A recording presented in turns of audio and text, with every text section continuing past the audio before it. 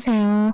미세먼지가 기승을 부리는 지금 칼칼한 목을 달래려 따뜻한 차 한 잔을 마시며 이곳을 찾아와 사연을 끼적여보고 있습니다. 저는 지금 30대 중반으로 접어들고 있는 여성입니다. 답답한 마음에 이곳저곳을 기웃거리다가 이런 좋은 대나무 숲을 발견하게 되어 무척이나 설레고 있습니다. 이혼 사유 중에 경제적인 이유가 제일 크다고 하던데 저 또한 돈 때문에 이혼했습니다. 제 이야기가 어떻게 펼쳐질지 무척이나 궁금하시죠? 지금부터 제가 겪었던 그 기가 막힌 이야기를 시작해 보도록 하겠습니다. 저는 대학 동기의 소재로 다른 과에 진학 중이던 남자를 만나게 되었고 소개팅이라는 명목으로 연애를 하기 위해 만났던 자리는 아니었기에 친구로서 잘 지내고 있었습니다. 남녀 사이에 친구가 없다고는 하지만 그래도 이 친구와는 취미도 잘 맞고 대화가 잘 통했었기 때문에 호감 정도의 감정을 가지고 친구로 지내고 있었던 건 사실이에요. 대학을 졸업하던 시기에 운이 좋게 제가 먼저 취업을 하게 되었고 군대를 다녀오느라 복학이 늦어졌던 친구는 저보다 더 늦게 취업이 되었습니다. 더군다나 저는 정말 하늘이 도운 건지 뭔지 전공을 살려서 대기업에 취업을 당당하게 할 수 있었는데 친구는 학점 관리도 제대로 못하고 자격증도 따지 못하는 상황이었습니다. 막상 취업을 할 시기가 되니 발등에 불이 떨어진 상태로 이리저리 아무 곳이나 면접을 보게 되었고 결국에는 중소기업으로 취직을 하게 되었습니다. 제가 대기업에 취업을 한 이후 친구의 취업 준비를 돕고 같이 시간을 많이 보내다 보니까 저는 자연스럽게 호감이 연애의 감정으로 변하게 되었습니다.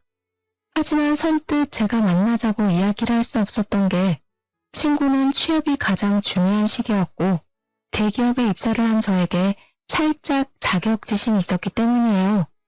제가 마음을 은근히 비치며 고백을 하자 본인이 대기업에 취직을 하지도 못했고 저랑은 수준에서 차이가 나는 것 같다면서 저와 연애는 못하겠다고 하더라고요. 그때 포기를 했었다면 제 인생은 달라졌을까요?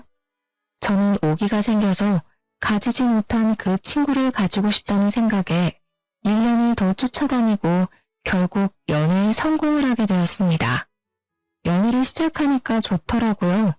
저에게 보여주었던 자격지심도 많이 사라졌고 저는 남자친구를 위해 기꺼이 을이 되는 연애를 했습니다. 2년을 연애하고 제가 먼저 프로포즈까지 해가면서 결혼을 성공했습니다. 그만큼 제가 좋아했기 때문에 가능한 일이었다고 생각합니다. 결혼을 약속한 이후 당연한 수순으로 양가가 한자리에 모여서 덕담도 하고 가게의 상황을 나누는 상견례를 진행하게 되었는데 시모가 저에게 딱 그러더라고요. 예, 아가. 남자보다 돈 더 많이 번다고 콧대가 높으면 안 된단다. 넌 항시한 사람으로서 남편을 떠받들고 살아야 된다. 알겠니? 너가 좋은 회사에 다닌답시고 우리 아들 무시해서는 안 된다 이 말이야. 옆에서 시부도 고개를 끄덕끄덕거리면서 맞는 말 한다고 거드시는데 저희 부모님 표정이 순식간에 차가워지셔서 저는 이쪽 저쪽 눈치를 보게 되었습니다. 재아가, 우린 너희에게 거는 기대가 많단다. 아무리 요새 세상이 평등하다지만 아직도 시댁이랑 친정을 같은 선상에서 둘 수는 없단다. 알겠니? 항상 시댁 어른들을 깎듯이 모실 줄 알아야 해. 아직 결혼을 결정한 것도 아닌데 말씀이 지나치십니다. 남녀 평등한 사회 아닙니까? 누가 높고 낮음이 없는 사회라 이 말입니다. 그러니 양가에서 관심을 끊어주셔야지요. 시댁이 높고 친정이 낮다는 그런 말은 다 옛날 말입니다. 요즘 트렌드를 모르시네. 그러자 시부의 표정이 뚱하게 바뀌더니 아들이 둘도 아니고 하나밖에 없는데 그럼 며느리도 하나이지 않겠냐고 며느리한테 효도받고 싶다고 대놓고 말하셨습니다.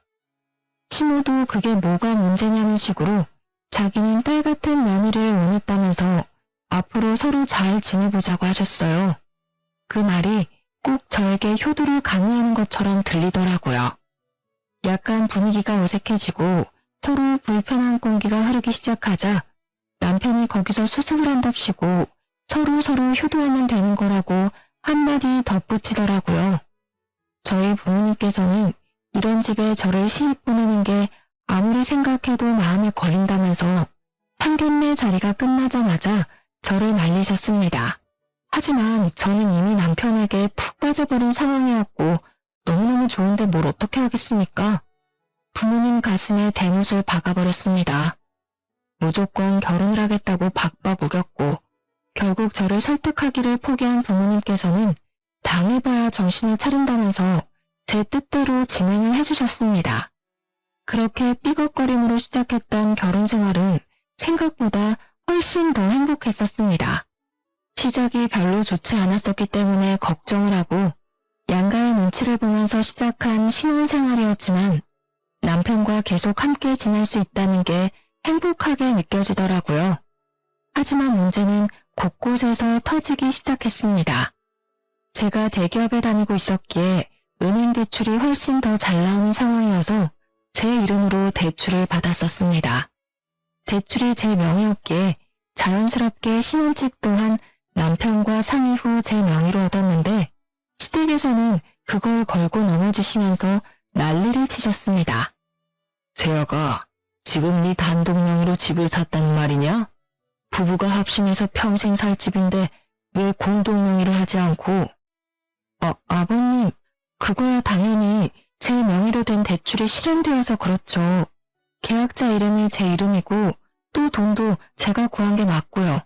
남편은 괜찮다고 그랬는데 넌 눈치가 이렇게 없어서야. 대출이 잘 나오는 사람이 받는 건 맞지만 집 명의에는 남편 이름도 같이 넣었어야지. 그래야 우리 아들이 단단하게 길을 펴고 살지. 치사하게 꼴랑 단독 명의로 샀다는 게 우리로선 어이가 없구나.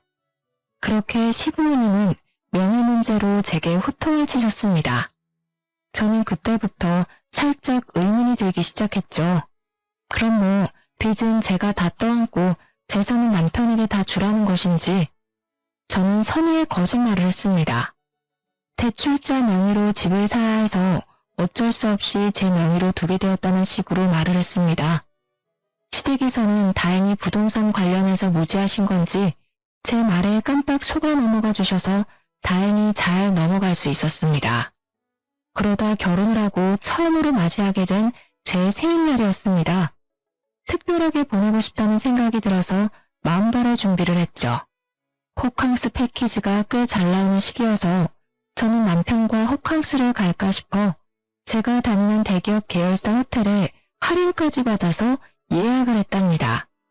물론 호캉스 패키지만 예약하긴 아쉬워서 야경이 끝내준다는 호텔 레스토랑까지 예약을 전부 끝낸 상태였습니다. 남편과 룸을 체크인할 때까지는 아무 문제가 없었는데 문제는 밥을 먹을 때였어요. 레스토랑에 들어서자 직원이 묻더라고요. 예약자분, 혹시 5인 예약하셨는데 1인분은 아직 안 오신 걸까요? 저는 예약에 무슨 문제가 생긴 건가 싶어서 아니라고 2인이라고 대답을 했는데 오히려 직원이 당황하면서 5인으로 예약을 변경하지 않았냐고 되묻더라고요. 저는 놀래서 남편을 바라봤는데 다급하게 남편이 저 멀리 손짓을 하더라고요. 저기 오네요. 지금 막 도착했거든요. 네, 맞아요. 다들 예상하셨다시피 시부모와 신우까지 신나게 걸어오고 있더라고요. 우리가 좀 늦었나? 하면서 다가오는데 제가 너무 놀라고 황당해서 이게 뭔가 싶어서 멍하니 바라만 보고 있었습니다. 그러자 시모가 제 팔을 툭 치면서 그러시더라고요. 예, 너는 생일이면 당연히 시댁 식구들을 먼저 챙겨야지. 둘이서만 보내려고 쏙 준비하는 게 말이 되니? 다른 사람 생일도 아니고 제 생일인데 남편이랑 둘이서 분위기 잡고 휴식을 취하려고 한 게 잘못된 일인가요? 거기다가 그걸 방해하러 온 시댁 식구들까지 이해가 가질 않았습니다. 제가 너무 어이가 없어서 남편을 빤히 쳐다보고 있었는데요. 남편이 웃는 얼굴로 저한테 이렇게 말하더군요. 당신 생일인데 특별하게 다 같이 모이면 더 좋잖아. 함께 보내는 생일이 더 기억에 남는 법이지. 우리 부모님도 동생도 호텔 구경시켜줄 겸 당신 생일도 축하해주고 완전 일석이조잖아. 이런 멍청한 남편의 말 한마디에 숨이 턱턱 막히기 시작했습니다. 이왕 이렇게 된 거 밥만 먹고 피곤하다는 핑계로 빨리 헤어져야겠다 생각을 하고 있었는데 망한 신우가 어이없는 소리를 하더라고요. 언니, 이 호텔 수영장이 그렇게 유명하다면서? 무슨 인피니트 풀이 어쩌고 하던데. 그래서 나 수영복 챙겨왔잖아. 내일 아침에 수영하고 조식 먹고 체크아웃하면 딱이겠다. 그치? 아싸, 너무 재밌겠다. 여기 비싸서 평소에 와보고 싶었는데. 시안이 땡큐. 그제야 신우를 보니까 짐을 산더미처럼 들고 왔더라고요. 남편이 우리가 호캉스를 하기로 했다고 말을 한 건지 신나서 방방 뛰는데, 아니 제 생일인데 도대체 왜 신우가 수영하고 노는 꼴을 봐야 하는지, 그 뒤치다거리를 왜 제가 해야 하는지 진짜 기가 막혔습니다. 다른 말도 아니고 제가 결혼하고 처음으로 맞이하는 생일날이었는데요. 게다가 그 비싼 호텔 레스토랑 식사값을 시부모가 계산해준 것도 아니었습니다. 뻔뻔하게 저한테 잘 먹었다, 생일턱 아주 제대로 쏘는구나 하면서 하하호호 하더라고요. 남편은 저한테 계산하고 오라고 등 떠미는데 생일 내내 두통이 가시질 않았어요. 저한테 생일 선물을 준 것도 아니고 제가 왜 시부모의 밥값까지 계산을 해야 되는지 아무리 생각해도 납득하기 힘들었습니다. 이런 게 빨대 꼽힌 건가 싶더라니까요. 심지어 시부모님이 호텔 구경하고 싶다면서 제가 예약한 룸까지 따라 올라오는 게 아니겠습니까? 점점 가관이구나 싶어서 어디까지 하는지 지켜보고 있었습니다. 당연히 남편과 둘이 보낼 생각이었기 때문에 더블 침대가 하나 있는 방을 잡았는데 방 구경을 하던 신우가 그러더군요. 이 애는 방을 잡아도 이렇게 작은 방을 잡았어. 우리는 잘 곳도 없겠네. 그냥 가야겠다. 다음에는 큰 방으로 얻어서 다 같이 지내자. 알겠니? 제가 기가 막혀서 대답도 않고 있는데 호텔 룸에 들어가면 미니바가 있잖아요. 이쁘게 전시된 와인과 유리잔들 말이에요. 공짜가 아니라서 뜯기만 해도 전부 추가 계산해야 되는 것들인데 하필 시부가 거기서 염장을 지르는 겁니다. 이야, 이거 비싼 술인데 잘 됐다. 이번 기회에 먹어보자. 내가 술에 대해 관심이 없는 사람인데도 저건 안단 말이지. 며느리가 효도 제대로 시켜주네. 다들 이거 한 잔씩만 맛봐봐. 이게 얼마나 맛있냐면 거기서부터 시작이었습니다. 시부가 잡아든 술은 위스키였어요. 꽤 독한 술인데도 냅다 열어서는 와인잔에 콸콸 따라서 한 입 털어 넣더라고요. 두 눈을 의심했습니다. 그게 얼마나 비싼지 예상이 안 돼서 손이 달달 떨려왔어요. 아버님, 그거 다 돈 내고 마셔야 하는 건데 그렇게 뜯어버리시면 어떡해요? 참다 제가 한마디를 했더니 시부가 두 번째 잔을 따르면서 껄껄 웃는 겁니다. 대기업 다니는 우리 며느리 생일인데 당연히 이 정도는 며느리가 쏘는 거 아니냐? 효도가 별거야. 이런 걸로 하는 거지. 아무튼 우리 며느리 한 잔만 하고 갈 테니까 쉬어. 그러더니 그 자리에서 한 병을 모조리 다 마시는 게 아니겠습니까? 그 술을 다 마실 때까지 신우는 자기 침대처럼 저희 부부가 사용할 침대에 씻지도 않고 누워서 휴대폰 게임을 하고 있었고요. 시모는 TV 채널 돌리면서 이게 재밌네 저게 재밌네 내내 남편 붙잡고 이야기를 하고 계셨습니다. 저는 난장판이 되어버린 호텔룸을 보면서 좌절과 절망을 고스란히 느끼고 있었고요. 술을 끝까지 드신 시부는 취한 것 같다고 운전을 못하겠다고 하시더라고요. 생각해보니 시부가 차를 끌고 왔는데 냅다 술부터 드시고 본 거죠. 저는 대리를 부르려고 했는데 시부가 자기 차를 남에게는 못 맡긴다면서 남편에게 데려다 달라고 하는 게 아니겠습니까? 그런데 진짜 우리 남편도 경우가 없긴 매한가지였네요. 시부한테 차키 달라고 하면서 대리비도 아까운데 자기가 데려다 주겠다고 시부모를 챙겨서 나가는 게 아니겠습니까? 그리고 신우는 도대체 왜 버티고 있는 건지. 결국에는 저랑 신우랑 둘이 덜렁 호텔에 남겨졌고 신우가 씻고 오겠다고 하길래 그냥 자포자기한 심정으로 휴대폰을 만지고 있었는데 신우가 화장실에서 나오질 않더라고요. 뭘 하고 있길래 이렇게 오래 걸리냐고 했더니 글쎄 호텔 측에서 저희 부부에게 패키지 선물로 준 입욕제가 있었는데 그걸 욕조에 풀어서 반신욕을 하고 있더라고요. 그 입욕제가 아까웠다기보다는 저 쓰라고 준 건데 당당하게 자기가 반신욕을 하고 있으니 화가 머리 끝까지 차올랐습니다. 그리고 불난집에 기름을 콸콸 쏟아 부은 것은 다름 아닌 남편이었습니다. 막상 시댁에 도착하고 나니까 너무나도 피곤하다면서 시댁에서 자고 다음날 아침에 호텔로 가겠다고 연락이 오더라고요. 저는 남편과 분위기를 잡고 밤새 미래에 대한 이야기를 나누며 생일을 축하받고 싶었거든요. 정말 최악의 하루를 맞이해야 했습니다. 졸지에 저는 생일을 신우와 함께 호캉스를 즐겼고요. 미리 말했던 대로 아침 7시부터 일어나서 유난을 떨던 신우는 정말 수영을 하고 온다며 나갔습니다. 아침부터 화장한다, 옷 고른다 하면서 룸을 뒤집어 엎고 다녀준 덕분에 저는 잠도 못 자고 혼자 룸에 남아서 신우를 기다려야 했습니다. 정신 나간 신우는 수영장에서 실컷 놀다 온 꼬락서니로 남편 대신 본인이 조식을 먹겠다면서 저한테 조식 먹으러 가자고 하더라고요. 남편 몫에 조식까지 해치우고 체크아웃을 하고 나서 저는 빨리 도망을 치려고 했는데 신우가 저를 붙잡는 게 아니겠습니까? 언니, 내가 깜빡하고 지갑을 안 들고 온 거 있지? 택시 타고 우리 집으로 가자. 어차피 오빠도 우리 집에 있으니까. 자포자기한 심정으로 신우랑 택시를 타고 시댁에 도착해서 남편에게 전화를 했습니다. 시댁에 발을 들이고 싶지 않아서 나오라고 했더니 저한테 잠깐 집에 들어오라고 시부모님한테 인사는 하고 가야 하지 않겠냐고 하더라고요. 그래도 여기까지 온 거 인사만 드리고 가야겠다 싶어서 시댁에 발을 들였더니 시모가 저한테 점심은 먹어야 하지 않겠냐고 물어보았습니다. 저는 집에 가서 남편이랑 밥을 먹을 생각이었지만 시댁에서 먹고 가는 게 편하겠다는 생각이 들어서 네, 먹어야죠. 그랬더니 시모가 저한테 그럼 밥을 차리라는 겁니다. 며느리가 해준 밥상 얻어먹어보는 게 소원이었는데 이렇게 이뤄지네. 내가 너 생일이라서 미역은 불려놨다. 밥 차려 얼른. 저는 얼떨결에 부엌으로 끌려가서 밥을 차리게 되었습니다. 제가 진짜 기가 막혀서 웃음이 나오더라고요. 혼자 피식피식 웃으면서 밥을 차리고 있는데 시부가 쓱 다가오더니 저한테 센스가 없다면서 며느리가 이리 센스가 없어서 되겠냐고 구시렁거리는 겁니다. 왜 그런가 했더니 전날 위스키 한 병을 콸콸 쏟아부어서 숙취가 있는데 콩나물국이 아니라 미역국을 끓여놨다고 타박을 하시는 거였습니다.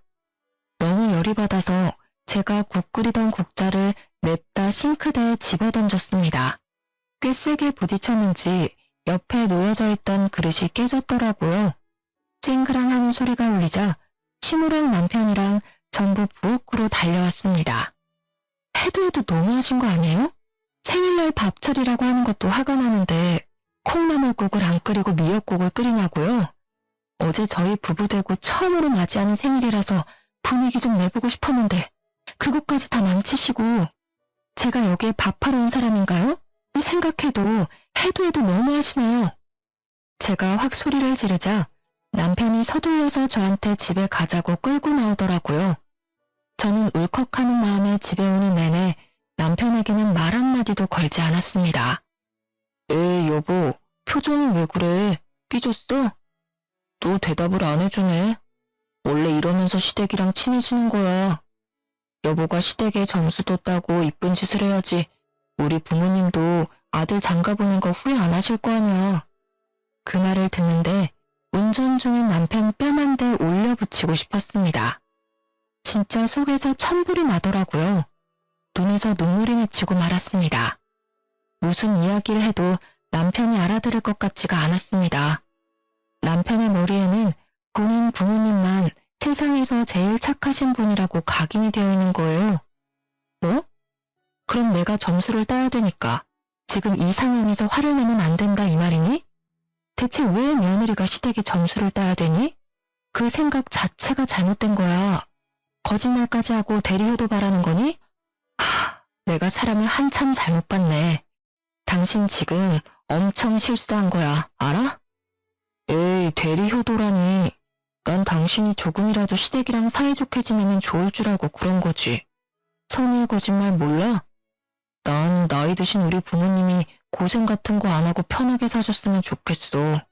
그러니까 당신도 좀 이해해주라. 진짜 정 떨어지게 왜 그래? 솔직히 당신을 낳은 부모님이니까 당신이 효도하는 건 맞지만 나는 당신 부모님과 피 하나 섞이지 않은 남이야. 근데 왜 점수를 따야 되고 왜 대리 효도를 바라니? 넌 처가에 효도할 생각은 하나도 없지? 계속 이딴 식이면 나 진짜 가만 안 있어. 남? 어떻게 우리가 남이야? 말 진짜 서운하게 한다. 호텔 비용이 많이 나와서 화났구나. 에이, 내가 다음 달에 갚을게. 나라면 억만금을 들여서라도 가족 간에 돈 쓰는 거 안 아끼고 어떻게든 사다 주려고 하겠다. 나는 내 동생, 내 부모뿐만 아니라 당신 집안에도 전 재산 다 털어줄 수 있어.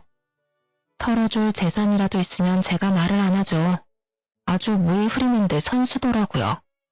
왜 장가가기 전에 열심히 효도하면 될 일을 굳이 결혼해서 와이프 생일날까지 효도를 하는지 절대 이해할 수 없었던 저는 복수의 기회만 엿보고 있었습니다. 역지사지의 쓴맛을 제대로 느껴보라고 말이에요. 어느 날은 남편이 다니던 회사가 갑작스레 매출이 올라 직원들에게 단체로 보너스를 돌렸더라고요. 그렇게 큰 금액은 아니지만 150만 원 정도가 남편 월급에 더 포함되어 있었습니다. 남편은 쾌재를 부르며 며칠 전부터 노래를 부르던 게임기와 대형 사이즈 TV를 사겠다며 노래를 부르고 있었는데요. 그런데 조금 더 싸게 사겠다며 해외 직구를 알아보더라고요. 저는 게임에도 관심이 없고 화질 좋은 TV에 대해서도 관심이 없어서 얼마나 비싼지 몰랐거든요. 얼마나 비싸면 남편이 해외 직구까지 알아보나 했는데 글쎄 총 200만 원이 넘어가는 금액이었습니다. 사실 좀 과하다고 생각했어요. 그래도 남편이 상여금 받은 걸로 해결하겠지 싶었는데 어느 날 이러더라고요. 내가 옛날 자취할 때부터 꼭 이루고 싶은 로망이 있었거든. 바로 게임방을 만드는 거지.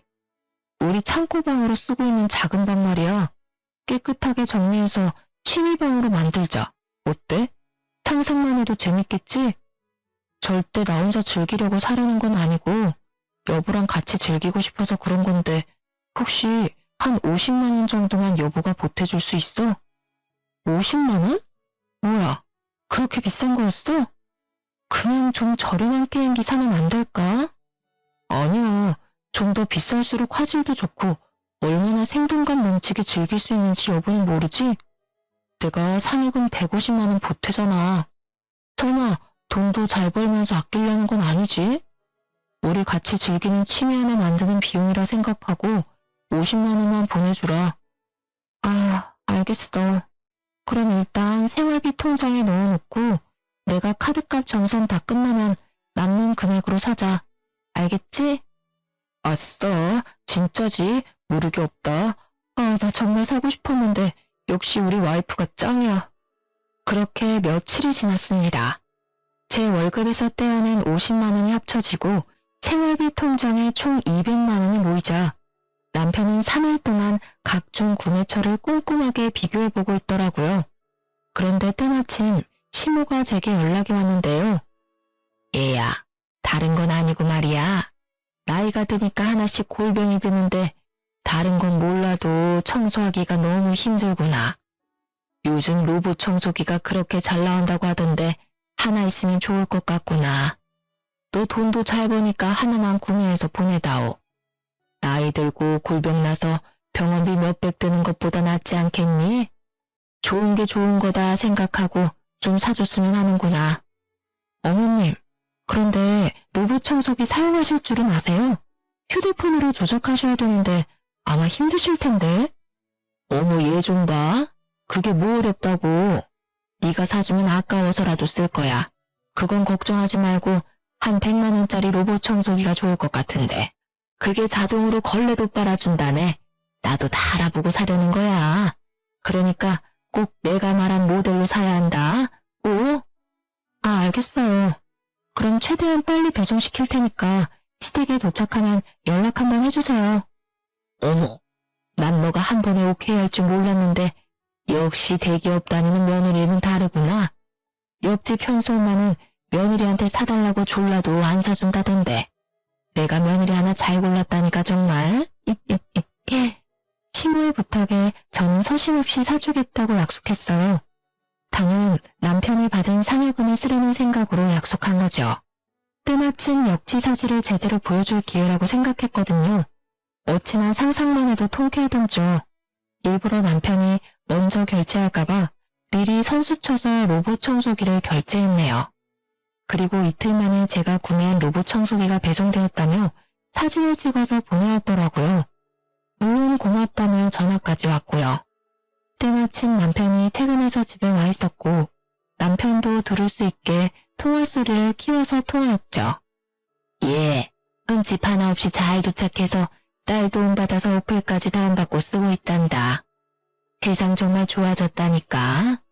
이제 구역 정해놓으면 이게 알아서 막 청소를 시작하는데 아주 내 속이 다 시원하구나. 이제 허리 아프게 바닥 청소 안 해도 돼서 친구들이 날 얼마나 부러워하는지. 아니 이게 다 너 덕분이구나. 어머 그래요? 다행이네요. 그런데 그거 제가 산 거 아니에요.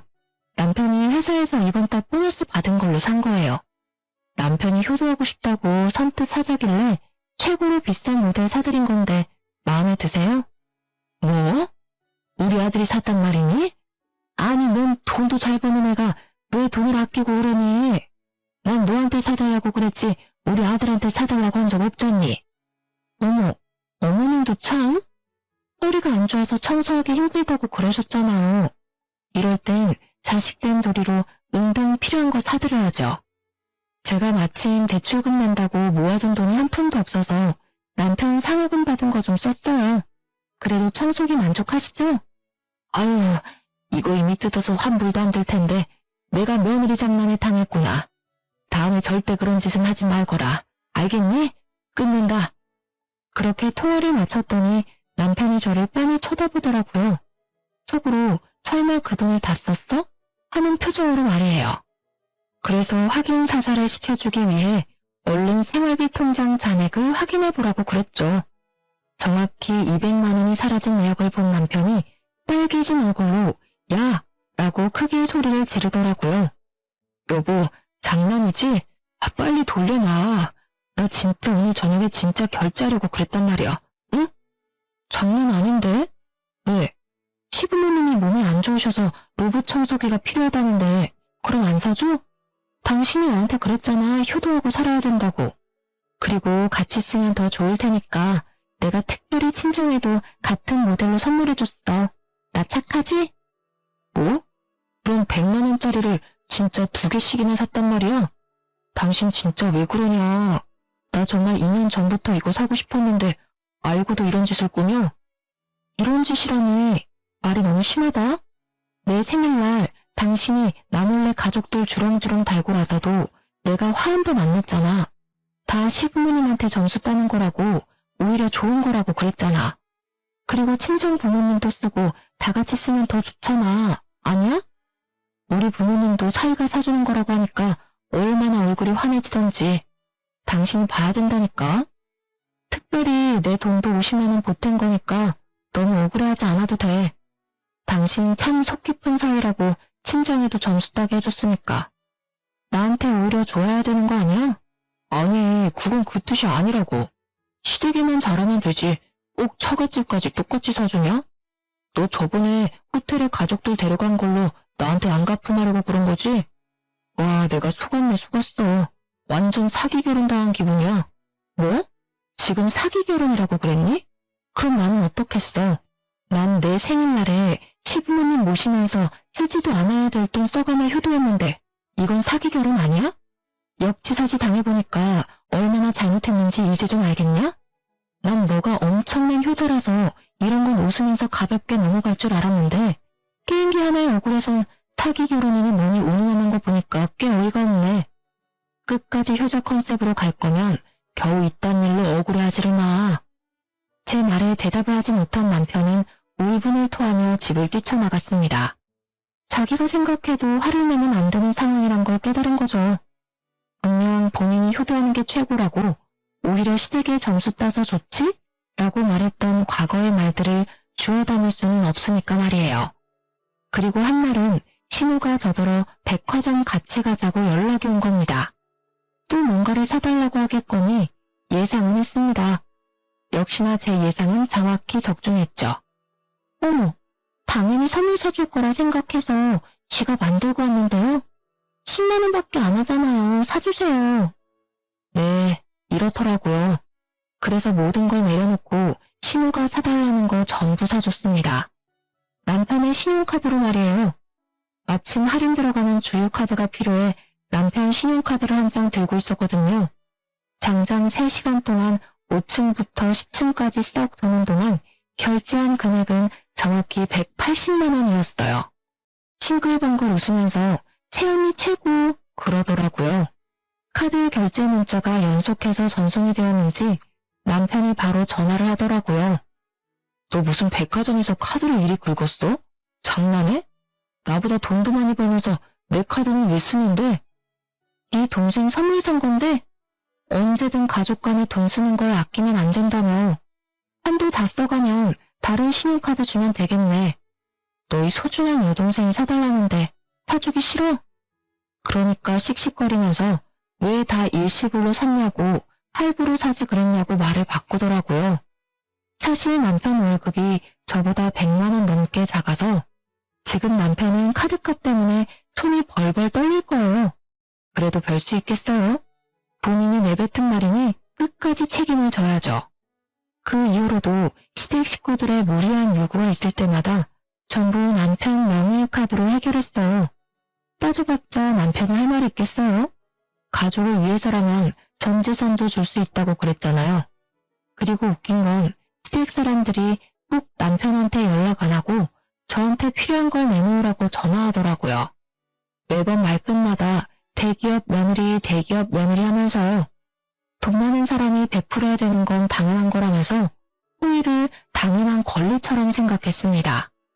점점 이혼을 마음속에 품고 살기 시작했어요. 결혼 1년 만에 각방은 물론이고 서로 저녁도 따로 해결하는 지경에 이르렀습니다. 서로의 가족에게 잘하면 뭐합니까? 부부 사이가 최악으로 치닫고 있는데 실망이 너무나도 커서 일주일 동안 한마디도 안 한 적도 있었어요. 그렇게 냉전 상황을 한 달 정도 유지했을 때 지방에 계신 친정엄마한테서 전화가 왔는데요.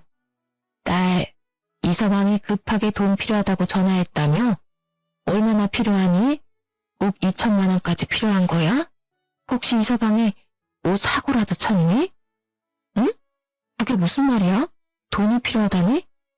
나도 정확하게 못 들었는데 너네 아빠가 이서방이 전화 와서는 생활비가 쪼들린다면서 이대로면 파산하겠다고 울면서 전화가 왔다던데 몰랐니? 최소 2천만 원은 필요하다고 그러던데. 뭐? 2천만 원? 그게 무슨 말이야. 집도 내 명의로 대출받은 거고 그렇게 큰 돈 나갈 게 없는데. 서로 얘기가 안 된 거니? 혹시 너네 싸웠어? 우리도 2천만 원이 너무 큰 금액이고 못 준다고 연락한 건데.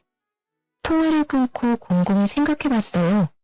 시부모님과 신우가 사달라는 걸 전부 남편의 개인 카드로 사용하긴 했는데 파산까지 고려할 정도는 아니었거든요.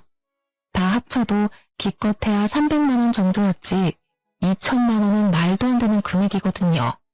신혼집 대출도 제가 내고 있는데 대체 무슨 2천만 원이 필요하단 말입니까? 저는 저녁에 퇴근한 남편에게 대뜸 물었습니다. 당신 친정에 전화했어? 어이 참, 장인어른도 입이 가벼우시네. 그걸 바로 얘기하냐? 진짜로 전화했다고? 아빠한테 2천만 원 빌려달라 했다며? 그럼 큰 돈이 왜 필요한 건데? 그리고 나한테 왜 물어보지도 않고 전화해서 돈 내놓으라고 하면 어떡해? 당신 뭐, 나 몰래 도박해? 아니, 그게 사실 여동생도 곧 시집을 가야 되는데 이 기집애가 모아둔 돈이 있어야지. 연애는 1년밖에 안 했는데 그 기집애랑 결혼한 남자가 글쎄 중소기업 대표란다. 그래서 결혼식은 꼭 진행해야 되는데 그쪽에서 조건을 건 거야. 결혼식 비용이랑 신혼여행 비용으로 최소 2천만 원은 여동생이 해오기로 말이야. 뭐? 그럼 신우 결혼식 비용으로 우리 친정이 2천만 원을 빌리려 한 거니? 그것도 나한테 한마디 말도 없이? 에이, 너한테 말하면 너가 또 싫다고 바락바락 대들면서 거절했겠지. 좋게 좋게 생각해. 여동생이 시집 한번 잘 가면 우리한테 콩고물 떨어질 줄 알아? 이 기집애도 남자 하나는 잘 물었지. 회사 대표한테 시집을 갈 줄이야. 당신도 기회라고 생각하고 2천만 원 빌릴 수 있으면 좀 빌려주라. 지금 장난해? 내가 왜 그래야 되는데? 말 같지도 않은 소리 그만 좀 해. 아, 또 단박에 자르네. 내 말 좀 들어보라니까. 진짜 신원도 확실해. 외제차도 세 대나 가진 부자라고. 영 불안하면 내가 차용증까지 쓸 테니까 제발 2천만 원만 좀 부탁하자. 응? 저는 더 이상 말을 잇지 못하고 남편 등짝을 퍽퍽 쳤습니다. 그리고 꼴도 보기 싫어서 신혼집에서 쫓아냈죠. 남편은 하는 수 없이 나가더니 시댁에서 자는 것 같았습니다. 그리고 친정에는 2천만 원 줄 필요 없으니 무시하라고 말해뒀고요. 그런데 다음날부터 시모가 난리를 치는 겁니다. 돈 나올 구멍이 저희 친정밖에 없다는 이유로 돈을 요구했습니다. 뭐 가족끼리 필요하면 빌려줄 수야 있죠. 그런데 남편과 시모의 태도가 불만인 겁니다. 거의 날강도가 따로 없어요. 처음에 남편이 친정에 말도 안 하고 돈 빌리려다 딱 걸린 것도 모자라서 이젠 당당하게 돈 달라고 하는 것 좀 보세요. 여러분도 어이없으시죠?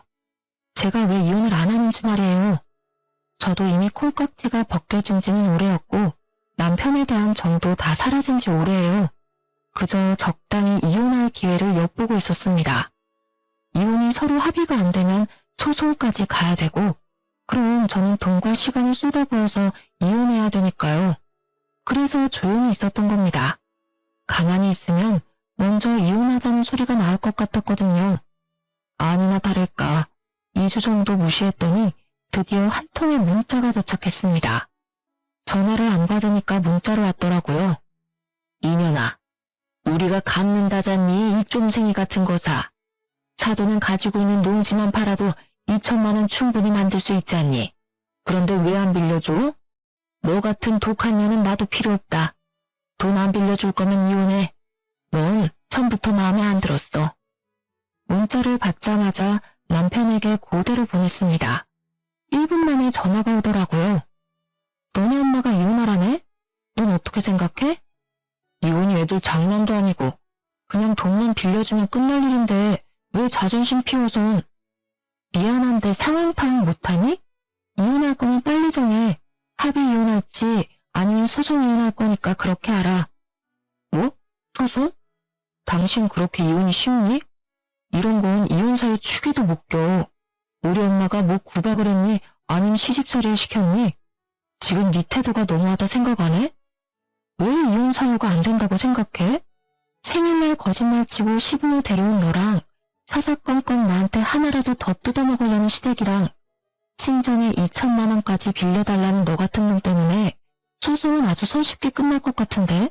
아니야? 아, 너 진짜 독하구나. 됐고, 이 집은 내가 대출받아서 들어오고 내 명의니까 넌 그냥 문만 나가. 알겠어? 합의 이혼한 걸로 알고 시댁엔 네가 말해. 니네 엄마가 이혼하자고 말 꺼내서 이혼당한 거라고 시댁 가서 똑똑히 전해.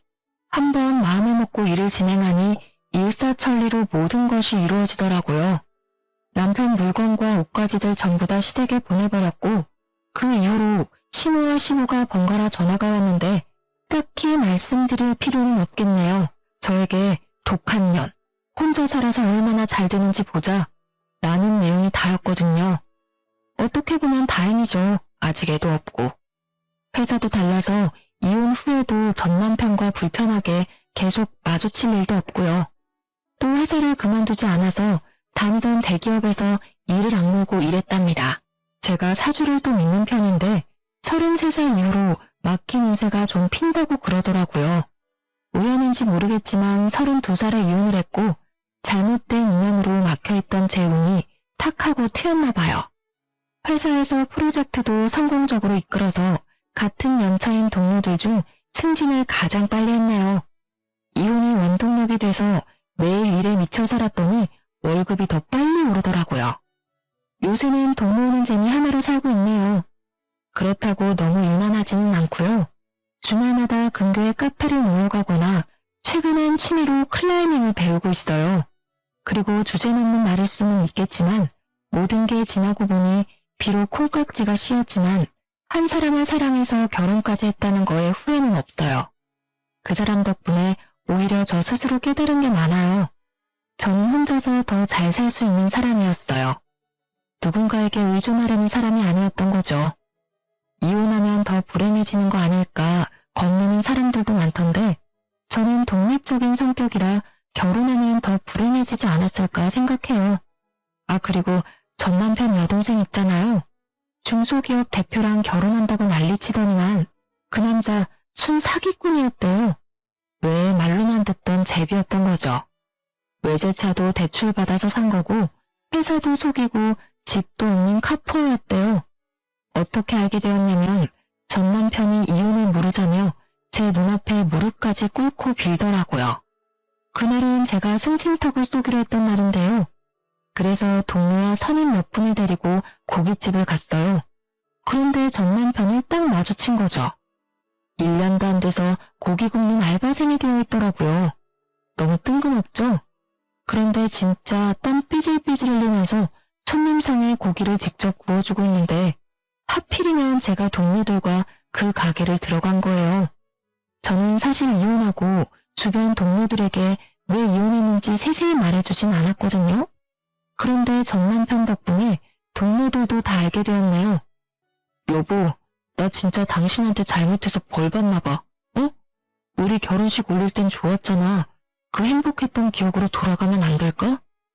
미쳤어? 사람 쪽팔리게 왜 이래? 너 효자잖아. 우리가 왜 이혼했는지 기억 안 나? 나한테 이거 사달라 저거 사달라 하는 시부모 막아주지도 못하고 우리 친정에는 농지 팔아서 2천만 원 구해달라고 난리치고 그게 인간이니? 그땐 내가 당신이랑 이혼까지 할 줄은 몰랐지. 지금도 후회돼. 그 2천만 원, 그 자식은 순 사기꾼 자식이었어. 내가 그 자식한테 속은 게 화가 나서 직접 찾아가서 주먹다짐까지 했다니까. 근데도 바보 같은 동생은 2천만 원 꿀꺽한 사기꾼 자식이 뭐가 좋다고 우리 사랑 가로막지 말라면서 가출까지 했어. 내가 어이가 없어서 말이 안 나오더라니까. 그게 나랑 무슨 상관인데? 내가 이런 말을 왜 듣고 있어야 하지? 우린 이혼했잖아. 뭐? 그러니까 독한 년은 이악 물고 이혼해서 잘 먹고 잘 살고 승진도 했는데 네 꼬라지는 그런 것 같지는 않네. 빈대 같은 니네 부모님 감당하려니까 똥구멍이 아주 찢어지겠지? 어쩌냐? 넌 평생 망해가는 너네 집안의 튼튼한 기둥으로서 더 열심히 돈 벌길 바래. 사람들 앞에서 창피하지도 않은지 무릎까지 꿇더라니까요. 전 남편을 뒤로하고 사장님한테 다가가 직원 교육 다시 시키라고 말하고 나왔네요. 그리고 동료들 데리고 다른 가게 가서 먹었어요. 여러분들도 이런 결말을 혹시 예상하셨나요? 앞으로 제가 혼자의 몸으로 헤쳐나갈 일이 많겠지만 다시는 연애나 결혼을 선택하진 않을 듯 싶어요. 다른 사람을 위해서가 아닌 저 스스로를 위해 오늘도 열심히 살아가고자 합니다. 지금까지 긴 사연 들어주셔서 감사합니다.